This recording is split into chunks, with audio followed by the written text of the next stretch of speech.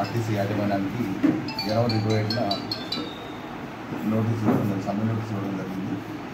సమ్మెలో మా ఆర్టీసీ ఉద్యోగుల న్యాయమైన డిమాండ్లు ఇంతవరకు పరిష్కారం చేయట్లేదు. యాజమాన్యం చాలా నిర్లక్ష్యం చేస్తుంది.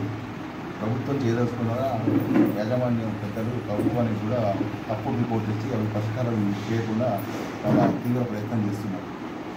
దీన్ని నివారించడానికి పెద్దలు తమకు గౌరవ ముఖ్యమంత్రి రేవంత్ రెడ్డి గారు తీసుకొచ్చి ఆర్టీసీ ఉద్యోగుల న్యాయమైన సమస్యను పరిష్కారం చేయడానికి మీ వంతు సహకారం అందించాల్సిన ప్రార్థించడానికి వచ్చినాము.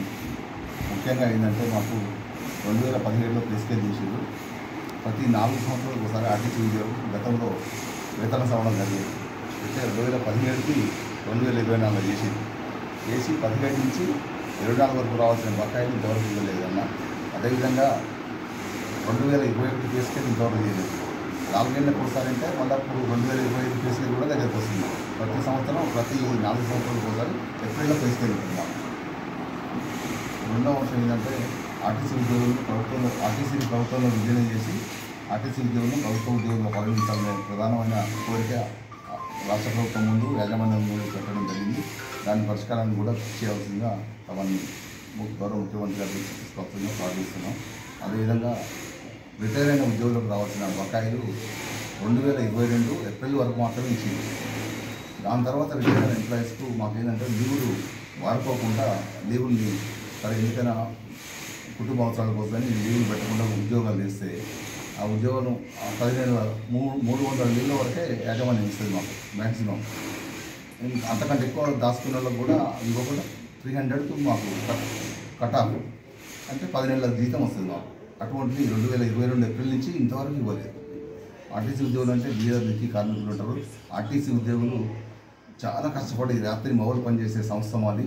అటు ప్రయాణికులను సురక్షితంగా గమ్యస్థానాలు చేరుస్తూ ప్రయాణికుల మన్ననలో ఉండి యాక్సిడెంట్ రేటు మా దాంట్లో చాలా తక్కువ. అందుకని ఆర్టీసీ బస్సుల్ని మరి ప్రభుత్వం యాజమాన్యం తప్పుడు రిపోర్ట్లు ఇచ్చి ప్రభుత్వం సహకరించకుండా చేస్తుంది. దీన్ని నివారించాలా. అదేవిధంగా ముఖ్యంగా ఏంటంటే ఆర్టీసీలో రిటైర్ అవుతున్న వ్యక్తులకు ఇంతవరకు వాళ్ళ ఖాళీని భర్తీ చేయడం లేదు. దాదాపు 13 ఏళ్ళ నుంచి రిక్రూట్మెంట్ లేదు ఆర్టీసీలో.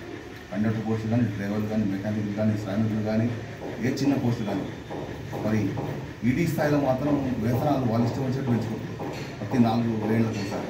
ఆర్టీసీ కార్మికులకు వచ్చేసరికి అది ఫిట్మెంట్ అని అదని ఇదని సాకులు చెప్తూ చాలా తక్కువ జీతాలు. ఈ రోజు ఉన్న పరిస్థితుల్లో ఎన్జిఓలతో పోల్చుకున్నా, అదేవిధంగా రెవెన్యూ అన్ని ఎన్జిఓలు రెవెన్యూ, హెల్త్, ఎలక్ట్రిసిటీ అన్ని సంస్థలతో పోల్చుకున్నా ఆర్టీసీలో కష్టం ఎక్కువ, ఫలితం తక్కువ. చాలా పిల్లల చదువు కూడా చాలా ఇబ్బంది అవుతుంది. మా